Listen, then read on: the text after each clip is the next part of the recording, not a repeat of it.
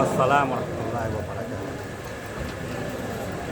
الحمد لوليه والصلاة على نبيه اما بعد فاعوذ بالله من الشیطان الرجیم بسم اللہ الرحمن الرحیم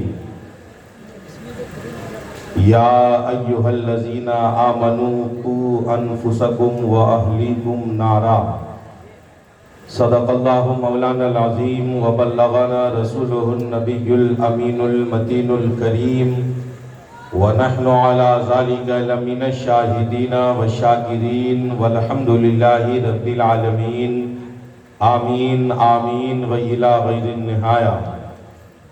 نہایت ہی ادب و احترام کے ساتھ آقائے نامدار مدنی تاجدار شہنشاہ مدینہ راحت قلب و سینہ نبی معظم فخر بنی آدم رحمت عالم حضرت احمد مجتبی محمد مصطفیٰ روح فدا صلی اللہ علیہ وسلم کی مقدس بارگاہ میں درود پاک کا ہدیہ پیش کریں، بآواز بلند سارے لوگ مل کے پڑھیں، اللہم صلی علی سیدنا و شفیعنا و مولانا محمد بارک وسلم صلو علیہ صلاة و سلاما علیک یا رسول اللہ صلی اللہ تعالی علیہ وسلم۔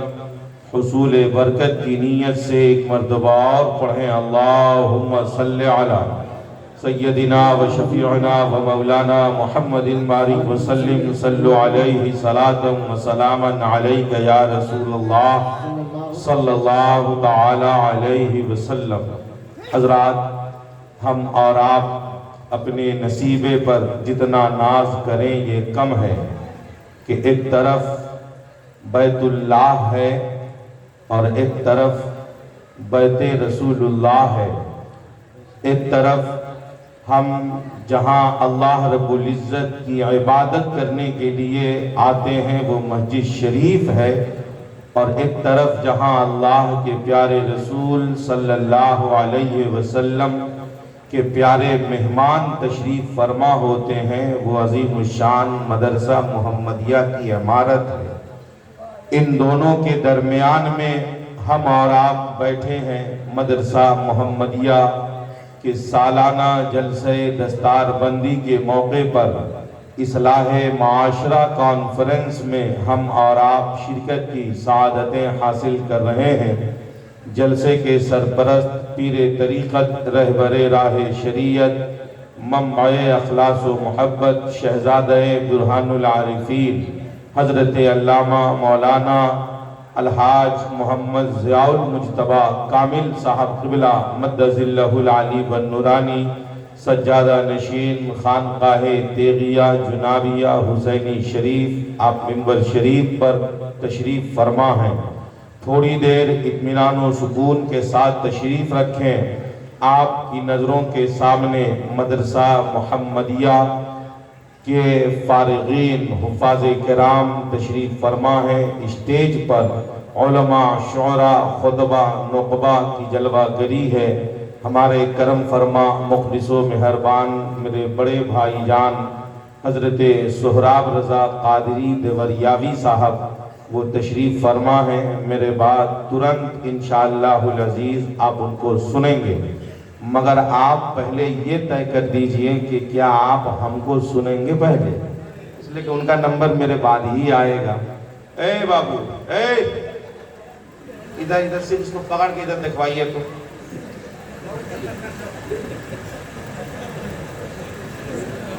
ہم یہ چاہ رہے ہیں کہ کسی کو کچھ نہ کہا جائے اور بات اپنی کہہ لی جائے، مگر مجبوری یہ ہے کہ کہنا ہی پڑتا ہے۔ اور عرض یہ کرنا ہے کہ اب میں ایک اعلان کر رہا ہوں کہ جن کو جانا ہے آپ جا سکتے ہیں۔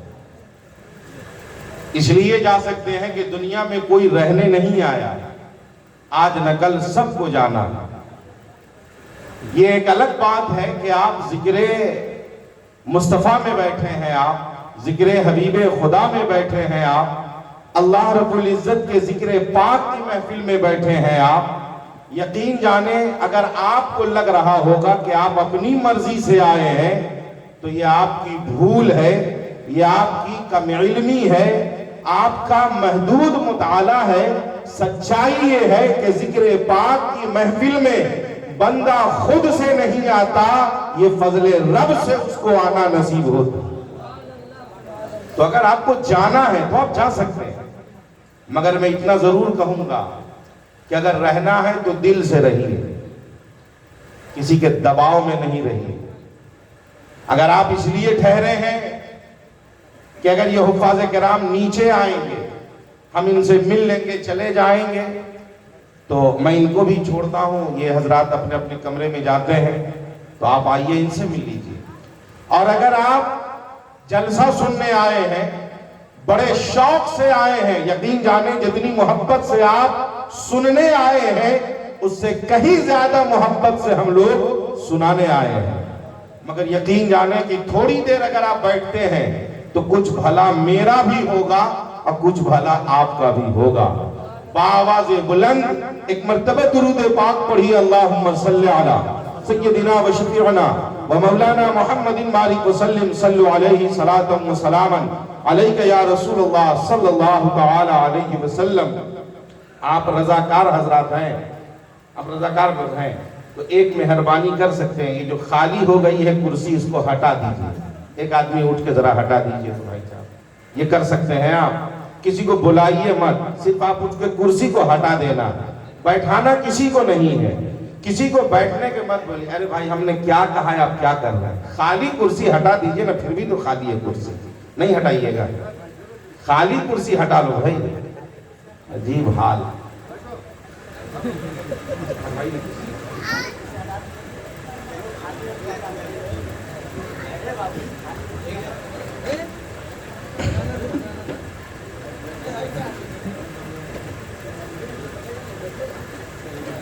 ہم نے سنا ہے بزرگوں سے، اب کہاں تک سچائی ہے یہ آپ لوگ بھی بتا سکتے ہیں، کہ پہلے جلسے جب ہوتے تھے تو شعراء کو پہلے پڑھوایا جاتا تھا، تو وہ اس لیے پڑھوایا جاتا تھا پہلے کہ خطبہ کو سننے کے لیے لوگ آتے تھے، شاعر کو سننے کے لیے نہیں، تقریر سنتے تھے لوگ، اس لیے پہلے تقریر سننے لوگ آتے تھے تو شاعر حضرات کو پہلے پڑھوا لیا جاتا تھا کہ بعد میں خطبہ کے سامنے ان کو کوئی سنے گا نہیں، پہلے سنوا لیا جاتا ہے۔ اب جو زمانہ چلا ہے، اب شاعر کو سننے لوگ آتے ہیں، دو کام کیا جائے، یا تو ایک ہی خطیب کو بلایا جائے کہ کام پورا ہو جائے، اور یا شاعروں کو روک لیا جائے اور پہلے تقریر سب کرا کر اور بعد میں صرف شاعری کروائی جائے، یہ رات بھر ہلنے کا نام نہیں ہے۔ تو ذرا سا بدلیے اپنے ماحول۔ اگر آپ تقریر، پہلے لوگ تقریر کو بعد میں سنتے تھے تو شاعروں کو پہلے سنوا دیا جاتا تھا، اب اگر تقریر لوگ نہیں سن رہے ہیں تو تقریر پہلے سنوا لیجئے، شاعروں کو بعد میں سنوائیے۔ یہ خود آج شاعر اہل سنت غلام نور مجسم صاحب، ابھی جو آپ جن کو آپ سن رہے تھے، میں نیپال کے ایک جلسے میں تھا، کیا کیا وہاں کہ 12 بجے مجھ کو بیٹھا دیا، کہا 1 بجے تک آپ تقریر کیجئے اور 1 بجے کے بعد سے فجر تک یہ پڑھیں گے، 3:30 بجے تک ان کو پڑھوایا گیا، مجمع آخر تک پورا کا پورا بنا رہا۔ تھوڑی دیر اطمینان و سکون کے ساتھ بیٹھیے۔ اگر یہ ماحول آپ شروع سے بنا دیے ہوتے تو میں آپ کا یہ 10 منٹ لیپس نہیں کیا ہوتا، مگر ہم لوگ مجبور ہو جاتے ہیں، کیا کریں۔ میری ایک عادت ہے، ہم آپ کو لطیفہ نہیں سنائیں گے کہ آپ کو مزہ آئے، آپ کی کمزوری کو آپ کے سامنے کہیں گے، اپنی کمزوری کو ہم خود ہی تلاشیں گے، تبھی جا کر ہم اپنے مرض کا علاج کر پائیں گے۔ ہمارے پیٹ میں درد ہے، یہ ہمیں احساس ہوتا ہے، ڈاکٹر کو ہم جا کر بتاتے ہیں کہ یہاں درد ہے، یہاں درد ہے، یہاں درد ہے۔ اگر مریض خود نہ بتائے اپنی تکلیف کو تو وہ مر جائے گا، علاج نہیں ہو پائے گا۔ مگر پریشانی یہ ہے کہ آج کوئی اپنے مرض کو بتانے کے لیے نہیں ہے، کوئی اپنی بیماری کو نکالنے کو تیار نہیں ہے۔ زمانہ ایسا آیا ہے کہ آپ کے اندر یہ بیماری، آپ کے اندر یہ بیماری، آپ کے اندر یہ بیماری، ہم دوسروں کی بیماری کو نکالنے میں لگے ہوئے ہیں اور اپنی بیماری کا ہمیں احساس بھی نہیں ہو رہا ہے۔ ضرورت اس بات کی ہے کہ ہم دوسرے کی بیماری کو بعد میں دیکھیں، ہم پہلے اپنی بیماری پہ نظر ڈالیں اور ان بیماریوں کا علاج اگر ہم کرا لیں، ہم تندرست ہو جائیں گے تو سماج کا ہر آدمی تندرست ہو جائے گا۔ ہر آدمی یہ ذمہ داری لے لے۔ تھوڑی دیر اطمینان و سکون کے ساتھ بیٹھے آپ۔ خطبہ مسنونہ کے بعد قرآن مقدس کی ایک آیت پاک کی ہم نے تلاوت کی ہے۔ اللہ پاک کا ارشاد پاک ہے، یا ایھا الذین آمنوا قوا انفسکم واہلیکم نارا، اے ایمان والو اپنے آپ کو اور اپنے اہل و عیال کو جہنم کی آگ سے بچاؤ۔ اے ایمان والو اپنے آپ کو اور اپنے اہل و عیال کو جہنم کی آگ سے بچاؤ۔ ذرا غور کریں آپ، کسے پہلے اپنے آپ کو، پھر اس کے بعد کسے؟ اپنے اہل و عیال کو۔ کیا مراد؟ اپنی بیوی کو، اپنے بچے کو، اپنی بچی کو، اپنے گھر کے ماحول کو، اپنے رشتہ داروں کو، اپنے ملنے جلنے والوں کو، اپنے چاہنے والنے والوں کو، اپنے تعلقات کے لوگوں کو۔ تبدیلی پہلے اپنے اندر لائیے، پھر اپنے رفقا کے اندر لائیے۔ اگر یہ ذمہ داری ہر انسان لے لے تو سماج کا ہر گھر سدھر جائے۔ مگر ہم لوگ کہاں کھڑے ہیں؟ ہم لوگ کہاں کھڑے ہیں؟ ذرا بتائیے، کیسی دنیا میں ہم لوگ رہتے ہیں؟ عوام کا کہنا ہے کہ مولانا نے ڈوبا دیا سسٹم کو، مولانا کا کہنا ہے کہ پیر نے ڈوبا دیا سسٹم کو، انجینئر کا کہنا ہے کہ مدرسے والوں کی زندگی بیکار ہو رہی ہے، ڈاکٹروں کا کہنا ہے کہ مدرسے والوں کی زندگی بیکار ہو رہی ہے۔ کسی نے کہا پیری مریدی ایک دھندا بنا ہوا ہے، آخرکار ہم کہاں جائیں، کدھر جائیں؟ ہمارے مدرسے پہ ٹارگیٹ ہے، ہماری مسجدوں پہ ٹارگیٹ ہے، ہماری خانقاہوں پہ ٹارگیٹ ہے، اور ٹارگیٹ کرنے والا کوئی امریکہ سے نہیں آ رہا ہے، جرمنی لندن سے نہیں آ رہا ہے، ہمارے ہی بیچ میں کوئی اٹھتا ہے، کوئی خانقاہ پہ انگلی اٹھاتا ہے، ایک کھڑا ہوتا ہے مدرسے کے نظام پہ انگلی اٹھاتا ہے، کوئی کھڑا ہوتا ہے ہماری پرہیزگاری پہ انگلی اٹھاتا ہے، کوئی کھڑا ہوتا ہے ہمارے مصطفیٰ جان رحمت صلی اللہ علیہ وسلم سے جو ہم محبت کرتے ہیں، اس محبت کی لو پہ کوئی انگلی اٹھاتا ہے۔ ذرا غور کریں آپ، اس دور میں صحیح کون ہے؟ لوگ یہ کہتے ہیں کہ آج کل سچے پیر نہیں مل رہے، پڑھنے والے یہ کہتے ہیں آج کل پڑھانے والا استاد اچھا نہیں ہے، آج کل پڑھانے والے مدرسین اچھے نہیں ہیں۔ ذرا بتائیے، مدرسین اچھے نہیں، پیر سچے نہیں، مدرسہ اچھا نہیں، آپ سینے پر ہاتھ رکھ کے بتائیے کہ اگر ہم گارجین ہیں تو ہم کتنے اچھے ہیں؟ ہم اگر گارجین ہیں تو ہم کتنے اچھے ہیں؟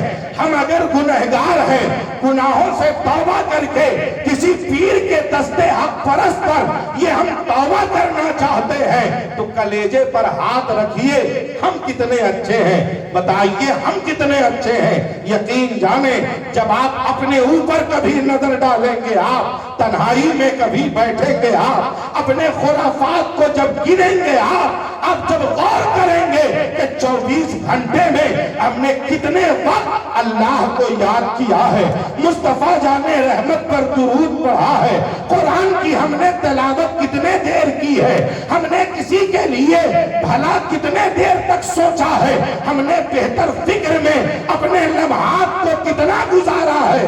آپ بتائیے ہمارا چہرہ ہمیں دکھنے کے لائق رہے گا؟ بتائیے نا، کبھی غور کیا ہے آپ نے؟ آج ہم چاہتے ہیں کہ ہماری بیٹی پہ کوئی بری نظر نہ ڈالے۔ میرے دوست، اگر چاہتے ہو کہ تیری بیٹی پہ کوئی بری نظر نہ ڈالے تو اس کے لیے کوئی سرکشا کوچ کی ضرورت نہیں ہے۔ ایک آسان سا نسخہ ہے، آپ اپنی نظر کو سب کے لیے محترم بنا لیجئے۔ آپ کی نظر کسی بیٹی پہ بری نظر نہ پڑے، آپ کی بیٹیوں پر بھی بری نظر نہیں پڑے۔ اپنی نظر کو ذرا غور کیجیے. ہماری بہنیں محفوظ ہوں. کبھی ہم نے سوچا ہے کہ ہم نے کتنی بہنوں کو محفوظ کیا ہے؟ کبھی ہم نے اس پہ غور کیا ہے کہ ہم نے کتنی بہنوں کو محفوظ کیا ہے؟ ہم نے کتنی بیٹیوں پہ بری نظر ڈالا ہے؟ کبھی اپنے آپ سے پوچھئے. مجھے یقین ہے اپنا ہی چہرہ اپنے آپ کو دکھانے کے لائق نہیں ہوگا. ذرا غور کریں آپ. یہاں تو ہم خود سے پوچھ رہے ہیں, ہم اپنے آپ سے پوچھ رہے ہیں, ہم نہیں دکھا پا رہے ہیں. کل میدان محشر میں جب ہمارا حساب لیا جائے گا, ہماری آنکھ ہمارے خلاف گواہی دے گی. یہ آنکھ جس کو کبھی ہم نے اپنی آنکھ سے نہیں دیکھا. بولیے, آپ نے اپنی آنکھ کو کبھی اپنی آنکھ سے دیکھا ہے؟ کبھی دیکھا ہے؟ آپ نے اپنے کان کو کبھی اپنی آنکھ سے دیکھا ہے؟ نہیں دیکھا ہے. آپ نے کبھی اپنی پشت کو اپنی آنکھ سے دیکھا ہے؟ نہیں دیکھا ہے. یہ آنکھ آپ کی ہے, ہر چیز پہ آپ کو آگاہ یہی کراتی ہے, مگر اس آنکھ کو کبھی نہیں دیکھا. یہ آنکھ آپ کی ہے, اگر اس آنکھ میں کچھ پڑ جائے تو آپ اتنے کمزور ہیں کہ اس آنکھ سے دیکھ کر اس چیز کو آپ نکال بھی نہیں سکتے. اس کو نکالنے کے لیے پھر اب دوسری آنکھ کی ضرورت ہے. کبھی غور کیے آپ؟ آنکھ آپ کی آنکھ ہے, اس میں کچھ کیڑا پڑ گیا ہے, اس کو نکالنا چاہتے ہیں آپ کی آنکھ سرنڈر کر رہی ہے, آنکھ بند ہو جا رہی ہے. اب ضرورت ہے کسی دوسری آنکھ کی, اب ضرورت ہے کسی تیسری چوتھی آنکھ کی کہ وہ آئے, آپ کی آنکھ کو دیکھے اور اس میں جو ہے اسے نکال دے. کبھی غور کیا ہے آپ نے؟ مگر دنیا اتنا اس قدر عجیب ہے یہ دنیا کہ اگر آپ کی کمی کو اگر آپ کے سامنے کہہ دی جائے تو آپ کو ہم سے 36 کا آنکڑا ہو جائے گا. آپ ہم سے منہ پھیر لیں گے, آپ ہم سے ناراض رہیں گے, آپ ہم سے نظر نہیں ملائیں گے, اس لیے کہ ہم نے آپ کی کمیوں پر نشاندہی کر دی ہے. عرض کرنا ہے میرے دوست, ہم اپنی اچھائی پہ نظر کم ڈالیں, ہم اپنی خرابیوں پہ نظر زیادہ ڈالیں. ہم اپنی خرابیوں پہ نظر. ہم پیروں پہ انگلی نہ اٹھائیں, ہم مشائخ کی ذات پر انگلی نہ اٹھائیں. یہ ایک تحریک ہے. تحریک کیوں ہے پتا ہے؟ سنیں آپ, دنیا میں کامیابی کے لیے سب سے زیادہ ضروری ہے کہ آدمی پہلے پڑھ لے. کیا کرے؟ پہلے پڑھے. وہ آقا کریم صلی اللہ علیہ وسلم کا پیارا فرمان ہے, طلب العلم فریضۃ علی کل مسلم. میرے آقا صلی اللہ علیہ وسلم کا فرمان ہے کہ علم حاصل کرنا ہر مسلمان مرد و عورت پر فرض ہے. علم حاصل کرنا, یہ کون سا علم؟ ذرا بتائیں آپ, کون علم؟ تو فقہا کہتے ہیں اس میں سب سے پہلا علم ہے توحید کا علم, عقائد کا علم. یہ کون سا علم؟ بندہ پہلے اسے جان لے کہ اللہ کی ذات کیا ہے اور اللہ کے حوالے سے ہمارا عقیدہ کیسا ہونا چاہیے. وہ اللہ ہمیشہ سے ہے, ہمیشہ تک رہے گا, اس کو کسی نے نہیں بنایا, سب کو اسی نے بنایا. نعرہ تکبیر, نعرہ رسالت, اصلاح معاشرہ کانفرنس. ہمارا کمال صاحب قبلہ. ہم جب اپنے عقائد کو درست کریں گے, اب ہم پر ضروری ہے کہ ہم اگر نماز پڑھنے کے قابل ہو گئے, ہم پر فرض ہے نماز, تو اب ہم پر ضروری ہے کہ نماز کے مسائل کو ہم جانیں. یہ ہم پر فرض ہے. نماز کے مسائل کا جاننا ہم پر فرض ہے, اس لیے کہ اب ہم نماز پڑھنے جا رہے ہیں. رمضان شریف کا مہینہ آیا, روزہ کے مسائل جاننا اب ہم پر فرض عین ہے. صرف روزہ رکھنا فرض نہیں ہے, روزہ کے مسائل کا جاننا بھی فرض ہے. روزہ کو توڑ دے جو چیز, اس کا جاننا فرض ہے. روزے کو کراہت سے جو چیز بچا لے, اس کا جاننا فرض ہے. مطلب روزہ فرض ہے تو روزہ کے مسائل کا جاننا بھی فرض ہے. آگے بڑھیں, اللہ نے ہمیں استطاعت دی, ہم زکوٰۃ دینے دینے کے قابل ہے تو زکات دینا یہ بڑی بات نہیں ہے، زکات کے مسائل کو جاننا بڑی بات ہے۔ ہم پر اگر زکات فرض ہے تو زکات کے مسائل بھی جاننا ہم پر فرض ہے۔ اب ہم جانیں کہ زکات کے مسائل کیا ہیں۔ اگر اب ہم فارغ البال ہیں، صاحب استطاعت ہیں، حج کی تیاری پر ہے، تو اب ہمیں حج کے مسائل کا جاننا ہمارے لیے فرض ہے۔ ہم جانیں مسائل حج کو۔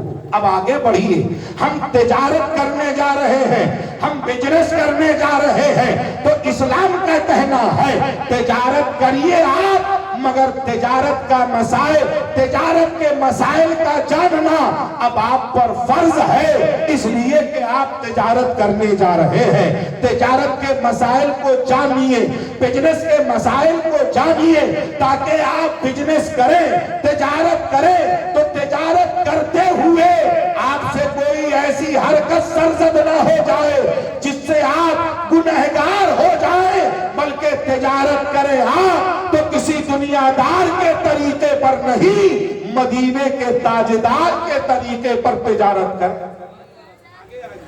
اگر ہماری زندگی میں کبھی ضرورت پڑی کہ ہم سیاست میں جائیں تو شریعت کہتی ہے جائیے سیاست میں، کریے سیاست، مگر سیاست کے مسائل کو جان لیجیے، سیاست کے مسائل کو جان لیجئے، سیاست کے باریکی کو سمجھ لیجئے، سیاست کے مسائل کو پرکھ لیجئے۔ جب آپ سیاست کے مسائل جان جائیں گے تو آپ کی سیاست کسی دنیا دار کے طریقے پر نہیں، آپ کی سیاست مدینے کے تاجدار کے طریقے پر ہوگی، اور پھر وہ سیاست یہاں بھی کامیاب رہے گی اور کل میدان محشر میں بھی کامیاب رہے گی۔ مگر بتائیے، ذرا غور کیجئے، ہم نماز میں بھی کتنے کچے ہیں مسائل۔ آپ مسجدوں میں دیکھ لیجئے، آپ کبھی آج اگر پہلے نظر ڈالا ہے یاد ہے تو ٹھیک، ورنہ آج سن کے کل سے نظر ڈالیے گا، بہت لوگ ہوں گے جو سجدے میں پیر ہلاتے نظر آئیں گے۔ بولیے جو میں سچ کہہ رہا ہوں یا ایسے ہی کہہ رہا ہوں، ذرا کچھ کہہ دیجئے ہاں یا نہ۔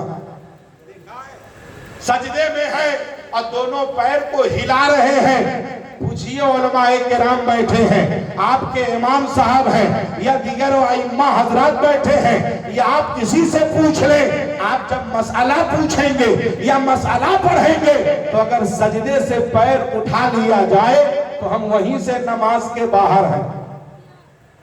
ہم کہاں ہیں؟ نماز کے باہر ہیں، مگر ہم پانچوں ٹائم جا رہے ہیں، پیر اٹھا کے آ رہے ہیں، ہم کو لگ رہا ہے ہم مسجد جا رہے ہیں، ہم نماز پڑھ رہے ہیں، اللہ ہماری دعا کو قبول نہیں کر رہا ہے، اللہ بات میری سن نہیں رہا ہے۔ کبھی سوچا آپ نے کہ اگر جا رہے ہیں تو ہمارے اندر کوئی کمی تو نہیں ہے؟ ہم نے تو نماز کو کبھی سیکھا نہیں ہے، ہم نے تو نماز کے مسائل کو کبھی جانا نہیں ہے۔ ذرا کبھی ہم اپنے امام سے کہہ دیں کہ ہمارے رکوع کو دیکھیے، ہم رکوع ٹھیک کر رہے ہیں یا نہیں، ہمارے سجدے کو دیکھیے، ہم سجدہ صحیح کر رہے ہیں یا نہیں۔ اگر بظاہر آپ نے سجدہ بھی صحیح کیا، رکوع بھی صحیح کیا، سب کچھ صحیح کیا ہے، تب کیا دیکھنا ہے؟ تب یہ دیکھنا ہے جو باطنی علوم فرض ہے اسلام میں، اسے دیکھنا ہے۔ باطنی علوم کیا ہے؟ فقہا نے باطنی علوم میں 40 علوم کا ذکر کیا ہے۔ ذہن کو حاضر کریں، باطنی علوم کیا ہے تو اس میں پہلے نمبر پر ہے ریا۔ کیا ہے؟ ریا، دکھاوا، دکھاوا، یہ ریا اور اخلاص، دو چیز، اخلاص اور ریا۔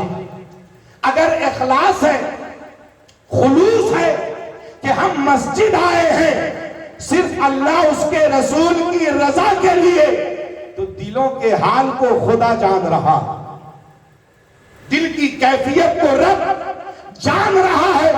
اگر رب کو یہ پتا ہے کہ میرا بندہ مسجد آیا ہے، زبان پر کیا لے کر آیا ہے، دل میں کیا لے کر آیا ہے، خدا ظاہر کو بھی جان رہا ہے مان رہا ہے تو اب ضرورت ہے کہ ہم اپنی زبان بھی اچھی رکھیں اور ہم اپنے دل کی کیفیت کو بھی بہتر بنائیں. مگر اگر زبان درست تو ضرور ہمارے دل میں کچھ کمی ہے. کمی کہاں ہے؟ ہم مسجد جا رہے ہیں، شیطان آپ کو وسوسہ ڈالے گا، آپ کو احساس دلائے گا کہ دیکھو تم سے بڑا نمازی تو محلے میں کوئی نہیں ہے، ذرا گاؤں والوں کو ہنسو تو صحیح، گاؤں والوں کو ڈانٹو تو صحیح کہ تم لوگ کیسے ہو، ہم نماز پڑھتے ہیں تم نہیں پڑھتے ہو. ہم نے کچھ لوگوں کو یہ بھی کہتے سنا کہ اگر ہم مسجد میں نہ جائیں تو مسجد میں اذان تک نہ ہو. ایسے بھی لوگ ملتے ہیں گاؤں دیہات میں کہ مولانا صاحب کیا بتائیں، مسجد تو ہمارے ہی دم سے آباد ہے. نے کہا چچا معاف کیجئے گا، مسجد آپ کے دم سے آباد نہیں ہے، اس مسجد کی برکت سے آپ سب آباد ہیں. ابھی بیدار نہیں ہیں آپ، ضرورت ہے کہ بیدار ہو جائیں. اگر ہم مسجد جا رہے ہیں تو ہم جا کر مسجد پر احسان نہیں کر رہے ہیں، یہ مسجد کا احسان ہے ہم پر کہ ہمیں وہاں سجدے کا موقع مل رہا ہے. نوجوانوں اپنی جوانی پہ اتراؤ مت. ہم نے مسجدوں میں ایسے لوگوں کو دیکھا ہے جو مسجد تو پہنچ رہے ہیں مگر سجدے کی توفیق نہیں ہو رہی ہے. بتائیے دیکھا ہے آپ نے کسی کو کہ مسجد میں جا کے کوئی سجدہ نہ کر پا رہا ہو؟ دیکھا ہے آپ؟ بولیے دیکھا ہے؟ نہیں دیکھا ہے. کرسی پر بیٹھ کر نماز پڑھتے کسی کو دیکھا ہے؟ ذرا غور کریں آپ. وہ آیا ہے مسجد میں مگر رکوع نہیں کر پا رہا ہے، وہ آیا ہے مسجد میں مگر سجدہ نہیں کر پا رہا ہے. اگر بیٹھ کر نماز پڑھ رہا ہے تو وہ رکوع سے محروم ہے، سجدے سے محروم ہے. میرے نوجوانوں ان سے سبق لو. اگر آج تیرے پاس طاقت ہے تو اپنی پیشانی کو سجدے سے سجا لو، ورنہ اس بڑھاپے میں بوڑھے لوگ سجدے کے لیے تڑپ رہے ہیں. بولیے گھٹنے کے درد کا مرض بڑھتا جا رہا ہے. اگر اللہ پاک نے مہلت دی ہے تو اس مہلت کو بیکار نہ جانے دیجئے. اور اگر سیاست کر رہے ہیں آپ تو سیاست میں دنیاوی سیاست نہیں، اگر کرنی ہے تو حضرت عمر جیسی سیاست کیجئے نا، حضرت عثمان غنی جیسی سیاست کیجئے. حضرت عثمان غنی اسلام کے تیسرے خلیفہ، بہت سارے غلے کا انبار ہے آپ کے ساتھ. مسلمانوں کے یہاں قحط کا معاملہ ہے، دانے دانے کے لیے مسلمان تڑپ رہے ہیں. یہود و نصارہ چلے آئے، اس تحریک کے پیش نظر آئے کہ ہم ان کے پورے غلے کو خرید لیں گے اور پورے غلے کو اسٹاک کر کے ہم مسلمانوں سے مہنگی قیمت میں بیچیں گے، زیادہ پیسہ لے کر ہم اس غلے کو بیچیں گے. حضرت عثمان غنی نے دیکھا کہ مسلمانوں کے حالات نازک ہیں، یہ مصیبتوں میں مبتلا ہے، تو پوچھا یہودیوں نے، عیسائیوں نے کہا عثمان غنی قیمت کتنی ہے؟ آپ جتنی قیمت بتائیں ہم اس سے 10 گنا زیادہ آپ کو دینے کو تیار ہے، یہ غلہ ہمیں دے دیجئے. کہا غلے کا کیا کرو گے؟ 10 گنا قیمت لے کر کیا کرو گے؟ تو کہا 10 گنا قیمت دے کر یہ غلہ ہمیں دے دیجئے، ہم غلے کو اسٹور کریں گے اور پھر اس غلے کو مہنگا بنا کر ہم مارکیٹ میں اتاریں گے اور لوگوں سے اس کو بیچیں گے. تو حضرت عثمان غنی نے کہا ہاں کہاں بیچو گے؟ جب پتا کیا تو وہ مسلمانوں کے بیچ میں بیچنے کی بات تھی. تو حضرت عثمان غنی نے کہا جاؤ رہنے دو، ہمارا سودا ہو چکا ہے. کہا وہ کیسے؟ کتنے میں ہوا؟ کہا تم سے زیادہ ہوا. کہا بتائیے تو صحیح کتنے میں ہوا؟ تو حضرت عثمان غنی نے کہا ہم نے اپنے مال کو 70 گنا منافع میں بیچ دیا ہے. کتنے میں؟ ذرا زور سے بولیے کتنے میں؟ 70 گنے منافع میں ہم نے اپنے مال کو بیچ دیا ہے. تو پوچھا ارے اتنا منافع دینے والا اس منڈی میں ہم لوگوں کے علاوہ کون آ گیا؟ عثمان غنی بتائیے تو صحیح، آپ نے کس سے بیچا ہے؟ اتنا منافع کون دیا ہے؟ تو میرے عثمان غنی کہتے ہیں سنو سنو، ہم نے اپنے غلے کو مسلمانوں کے لیے صدقہ کر دیا ہے، اللہ مجھے ایک کے بدلے 70 نیکی عطا کرے گا۔ ذرا بتائیے ہم لوگ کہاں کھڑے ہیں؟ مسلم منڈی میں میری دکان ہے، رمضان شریف کا مہینہ ہے، مارکیٹ میں 120 روپے کھجور بک رہا ہے، اب میرا مسلمان بھائی محلے میں لا کر 350 روپے کلو بیچ رہا ہے۔ بولیے بتائیے کہاں کھڑے ہیں ہم؟ رات میں دکان پہ کوئی آیا، آپ نے 1 روپے میں سامان خریدا ہے اور اس سے کہتے ہیں نائٹ چارج لگے گا، مطلب 18 روپیہ دینا ہوگا، 1 روپے کا سامان 18 روپے میں۔ آپ کہیں گے یہ بیچنا منع نہیں ہے، صحیح ہے منع نہیں ہے، مگر 1 کلو کھانے میں 1 کلو نمک ڈال کر تم کھا پاؤ گے تو کھا لو۔ 1 کلو کھانے میں اگر 1 کلو نمک ڈال کر کوئی کھانا کو کھا پائے گا، بتائیے کھانے کی طاقت ہے کسی کو؟ 1 لقمہ بھی کھانا حلق کے نیچے اتر پائے گا؟ نہیں نہیں۔ عرض یہ کرنا ہے ہم نماز پڑھ رہے ہیں، مسائل نہیں معلوم، ہم تجارت کر رہے ہیں، مسائل نہیں معلوم، ہم روزہ رکھ رہے ہیں، مسائل نہیں معلوم، ہم سیاست کر رہے ہیں، مسائل نہیں معلوم، ہم لوگوں سے مل رہے ہیں، مسائل نہیں معلوم، ہم رشتہ داری کر رہے ہیں، مسائل نہیں معلوم، ہم نکاح کر رہے ہیں، مسائل نہیں معلوم، جبکہ ہمارے نبی نے زندگی کے ہر موڑ پر اپنی امت کو جینے کا نایاب طریقہ عطا کر دیا۔ مگر بتائیے آپ، ہمارے بچے شادی کرنے جاتے ہیں، انہیں شادی کا مسئلہ نہیں معلوم۔ بتائیے نکاح میں فرض کتنا ہے، کوئی بتائے؟ بتائیے نکاح میں فرض کتنا ہے؟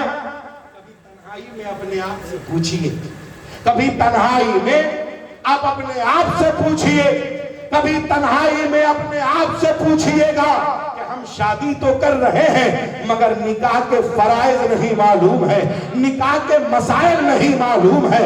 ہمارے گھر میں بچے تو پیدا ہو گئے مگر بچوں کی پیدائش کے بعد ان کی زندگی کے گزارنے کے مسائل نہیں معلوم ہے، اور ہم کہتے ہیں مسلمان پریشان ہے، مسلمان مجبور ہے، مسلمان گھاٹے میں ہے۔ نہیں نہیں، جو نام کا مسلمان ہے وہ پریشان ہے، اصل مسلمان تو کل بھی شان سے تھا، آج بھی شان سے، آج بھی شان سے۔ اللہ والوں کی زندگی کو دیکھیں آپ، اللہ والوں کی زندگی کو دیکھیں۔ ہم لوگ کہاں جائیں؟ پہلے مدرسے سے پڑھ کر، مدرسے سے علم حاصل جب لوگ کر لیتے تھے، علم سے مزین ہو جاتے تھے، تب وہ خانقاہ میں آتے تھے۔ کہاں آتے تھے؟ خانقاہ میں۔ پیر صاحب ان کی تربیت کرتے تھے۔ تربیت کیسی ہوتی تھی؟ جو علم حاصل کر کے ان کے اوپر جو علم کا بخار سوار ہوا ہے، ان کے اوپر جو علم کا جلال آیا ہے، وہ سب کو اللہ والے چن چن کر اتار دیا کرتے تھے، ان کی اصلاح کرتے تھے، ان کی تربیت کرتے تھے، اور انہیں یہ بتا دیتے تھے کہ ظاہر علم تو نے تو حاصل کر لیا ہے، اب اپنے باطن کو سدھارنے خانقاہ میں آ گئے۔ مگر اب بتائیے آج ہمارے لوگ خانقاہ کو یہ کہہ رہے ہیں کہ خانقاہ کھانے کمانے کا اڈا ہے۔ ہم کو شرم بھی نہیں آتی، ہمارے اسٹیج سے کہا جاتا ہے، ہمارے لوگ کہتے ہیں، تقریر کرنے والے لوگ کہتے ہیں کہ آج کل پیری مریدی ایک تجارت ہے۔ میں گزارش کروں گا، دیکھیے اگر آپ کو کسی پیر کو آپ نے دیکھا کہ وہ تجارت کر رہے ہیں، آپ نے کبھی غور کیا ہے کہ ان کے جو مریدین ہیں وہ کیسے ہیں؟ ان کے مریدین کی کوالٹی کو دیکھا آپ نے تو کیا دیکھا کہ وہ رکشہ چلانے والے، دارو کی بھٹی پہ رہنے والے، یہ ایک سیدھے سادھے پیر صاحب نے بھٹی سے لوگوں کو نکال نکال کر نماز پڑھنا سکھایا۔ ذرا بتائیے یہ چھوٹا کام ہے؟ بولیے یہ چھوٹا کام ہے؟ نشہ چھڑانے کے لیے نشہ مکتی کیندر والے 10-10 ہزار روپے مہینے کا لیتے ہیں، یہ تو اللہ والے فری میں یہ آپشن چلا لیتے ہیں، دھیرے دھیرے لوگوں کو دین سے جوڑتے ہیں۔ ضرورت ہمیں اس بات کی ہے کہ ہم علم حاصل کریں، اس لیے نہیں کہ ہمیں دنیا کو مٹھی میں لینا ہے، ہم علم حاصل اس لیے کریں کہ اللہ اور اس کا رسول ہم سے راضی ہو جائے۔ اس لیے میں اخیر مرحلے کی باتیں عرض کر رہا ہوں اور اپنی گفتگو کو ختم کے کگار تک لا رہا ہوں۔ زوردار آواز میں ایک مرتبہ کہیے یا رسول اللہ۔ آج آپ ایک عہد کریں کہ اگر ہم نماز کے مکمل مسائل نہیں جانتے تو ہم امام صاحب سے گزارش کریں گے کہ آپ 100 گھنٹے کا ایک کلاس چلائیے، ایک کلاس چلائیے بڑوں کے لیے کہ ہمارے صرف بڑے اس میں سیکھیں گے۔ اس میں اگر بوڑھوں کو لگے کہ ہم نوجوان سے سیکھیں گے تو اس کلاس میں سکھانے کے لیے آپ کسی بوڑھے عالم کو دعوت دے کر بلا لیجیے۔ 100 گھنٹہ، ایک دن میں اگر 4 گھنٹہ ہم ٹریننگ دیں گے تو 100 گھنٹہ کتنے دن میں ہو جائے گا بولیے؟ ایک دن میں اگر 3 گھنٹہ ہم ٹریننگ دیں گے تو 3 مہینہ 10 دن میں 100 گھنٹہ ہو جائے گا۔ یا پورے سال میں ہم 100 گھنٹہ ہم کیا دیں گے اس میں؟ تو ہم نماز پڑھ رہے ہیں، سجدے میں لا کر سجدہ کا صحیح طریقہ ہم بتائیں، رکوع میں لا کر رکوع کے صحیح طریقے کو بتائیں، رکوع میں پڑھنا کیا ہے، سجدے میں پڑھنا کیا ہے، غسل کو دیکھیں کہ غسل کرنے والا صحیح غسل کر رہا ہے یا نہیں، اگر غسل کا طریقہ درست نہیں ہے تو اس کو صحیح غسل کرنا بتائیں، صحیح وضو کرنا بتائیں، ورنہ وہ نماز پڑھتے رہیں گے، اگر وہ پاک ہی نہیں ہے تو نماز قبول کہاں ہوگی، اگر وضو ہی نہیں ہے تو نماز قبول کہاں ہوگی۔ ضرورت اس بات کی ہے ہمارے رہنماؤں کو کہ ہم اپنے آس پاس کے لوگوں کی تربیت کریں، ہم نماز کے مسائل کو سمجھیں، روزہ اور حج کے مسائل کو سمجھیں۔ ابھی حج کا زمانہ چل رہا ہے، آپ دیکھتے ہیں نا تربیتی کیمپ لگایا جاتا ہے، لوگوں کو سکھایا جاتا ہے، خانہ کعبہ کا نقشہ بنایا جاتا ہے اور کہا جاتا ہے ایسا نقشہ ہوگا، ایسی وہاں عمارت ہوگی، یہاں سے آپ طواف شروع کریں گے، یہاں پہ ختم کریں گے، ایک ایک کر کے ان کو سکھایا جاتا ہے۔ ایسے ہی آپ نماز کو سیکھیے، ایسے ہی آپ غسل کو سیکھیے، ایسے ہی آپ وضو کو سیکھیے۔ اب آپ تجارت کرنے جا رہے ہیں، تجارت کے مسائل کو جانیے، تجارت کے مسائل کو سمجھیے۔ اگر آپ سیاست کرنے جا رہے ہیں تو سیاست کے مسائل کو سمجھیے۔ سیاست کے پیش نظر میں ایک بات عرض کروں اور اس کے بعد میں اپنی گفتگو کو ختم کرتا ہوں۔ اگر آپ نکاح کرنے جا رہے ہیں تو نکاح کے مسائل کو سمجھیے۔ میری یہ ایک بات، اس میں نکاح کے حوالے سے بھی کچھ جھلک مل جائے گی اور سیاست کے بھی حوالے سے کچھ جھلک آپ محسوس کریں گے۔ بس اسی کو سنیں اور اس کے بعد میں اپنی گفتگو کو ختم کروں۔ زوردار آواز میں کہیے یا رسول اللہ، اور زور سے کہیں یا رسول اللہ۔